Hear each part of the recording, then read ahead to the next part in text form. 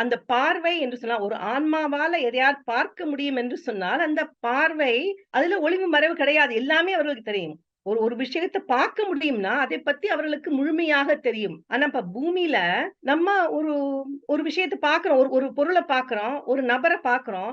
பார்வையில அந்த நபர பத்தி நமக்கு தெரியுமா? தெரியாது இல்லையா? ஆனா ஆன்ம உலகத்துல அந்த பார்வையாலே அவர்கள் அந்த முழு விஷயத்தையும் புரிந்து கொள்வார்கள். அப்போ அங்க பார்வையிலிருந்து தொடங்குற அந்த பார்வையால் அவர்கள் தெரிந்து கொள்கிறார்கள். தெரிந்து கொண்ட எல்லாமே அன்பாக இருக்கிறது என்று சொல்கிறார்கள். அப்ப அதனால அந்த பிசிக்கல் செப்பரேஷன் தேவைப்படுகிறது. அதாவது நம்ம பௌதீகமாக ஒரு பிரிவுங்கிறது இருந்தால் தான், அந்த ஒருத்தருக்குள்ள தனியா அப்படி இருந்தா தான் கொடுத்து வாங்குறது, பரஸ்பரம் கொடுத்து வாங்குறது என்பத நம்ம உணர முடியும். அந்த ஒரு எக்ஸ்பீரியன்ஸ் பண்ண முடியும் இல்லையா?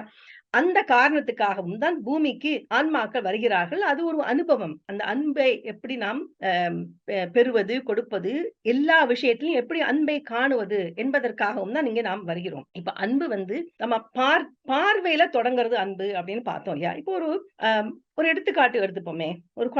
ஒரு சின்ன குழந்தை வந்து தவழ்ந்து போயி, அங்க ஒரு சாமான பார்க்குற ஒரு விளையாட்டு பொருளையோ, எதையோ ஏதோ ஒரு சாமான பார்க்கிறது அது. அத பார்த்த உடனே அந்த பார்வை. அந்த சாமான பார்க்கிறது. அதுக்கப்புறம் அந்த சாமான எடுக்கிறது கையாட்டு. எடுத்துட்டு வாயில போடுறது. சரியா? இத இப்படியே வச்சிருப்போம். அடுத்ததாக இதை விஞ்ஞானமாக சயின்டிஃபிக்கா என்ன சொல்றாங்கன்னா, ஒரு அந்த குழந்தை வந்து எக்ஸ்பெரிமென்ட் பண்றது. அதாவது என்னதுங்கிறத ஆராய்ச்சி செய்யறது. அதனால ஒரு கண்ணால பார்க்கறது, அப்ப கையால எடுத்து தொட்டு பார்க்கறது, அதை தொடும்போது என்ன மாரி இருக்குதுங்கிறத படிக்கிறது. அத பத்தி படிக்கிறது.